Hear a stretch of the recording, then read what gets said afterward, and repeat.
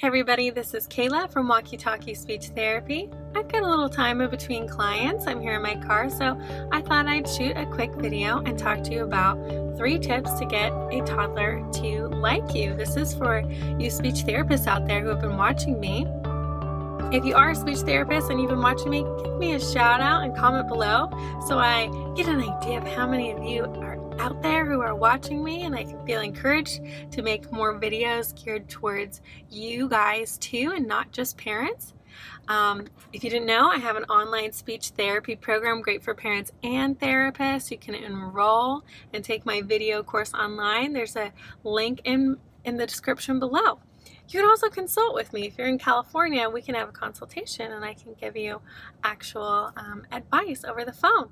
But let's talk about it. So 3 tips to get a toddler to like you. First is, bring in some super fun toys. I know a lot of speech therapists just work with the toys that the child has at the home, and that is really great, and I really respect all of you guys that do that. But I find to become buds with a new toddler that I need to have something, at least bubbles, one thing in my bag that gets them excited about me. They need to associate me with something fun, something that they don't normally get to do, so that when I walk in the door, they're like, yeah, let's play. So 1 is obviously bringing a couple of fun activities. 2 is following the child's lead. There's something called child-led therapy, and that is something I'm really a believer in, which means that if the child is interested in the fuzz that they found on the floor, then we're going to talk about the fuzz that they found on the floor if we're to turn the fuzz or the string into a game. If they are hating bubbles, then we're not going to do bubbles, right? We're going to practice all done or no thank you, and we're going to move on to something that they are interested in. Now remember, these guys are really little. A lot of the kids I'm working with aren't even 2 yet, so they don't always know what they want, and they change their mind all the time.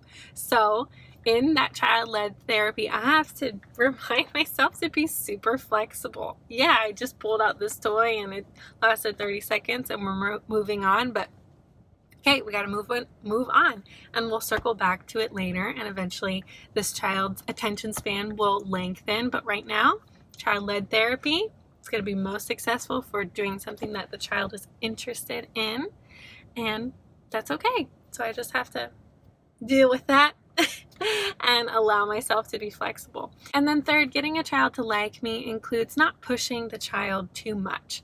And that means like not pushing the therapy techniques right away.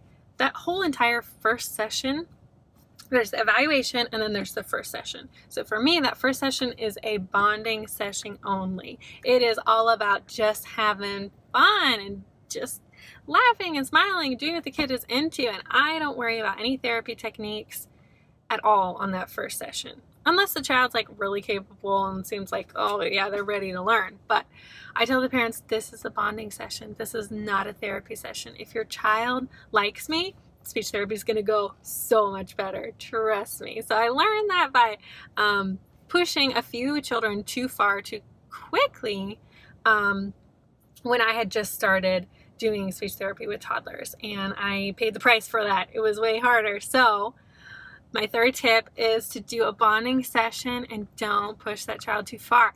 If you found that you did push the child too far and they are frustrated, and then the next time they see you, they're like, nope, don't even want to play with you, and they avoid you, then yeah, you may have pushed them too far. And so a way to try and correct that is backing way off, backing way up, definitely like including the parents more, and as well as trying something totally different that doesn't feel like what you did in the past at all. So for me, it was going to the park, and it was just playing on the playground and swinging and kicking a ball, and no therapy involved at all. I followed the child around and did whatever the child did.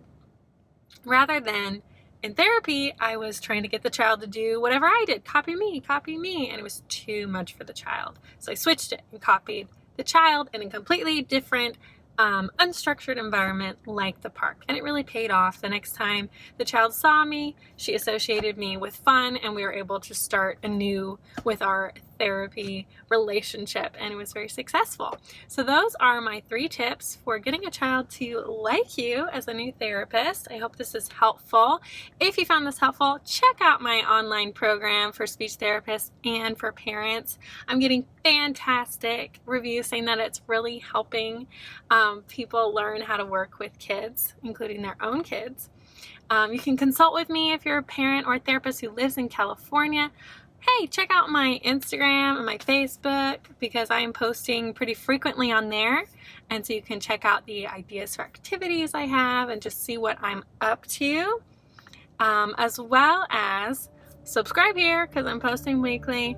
Comment below, let me know what questions you have and ideas for future videos that you want answers for. Guys, it's been really fun to be on this YouTube process with you, and thanks for watching. Like and share and subscribe. Until next time, guys. Bye-bye.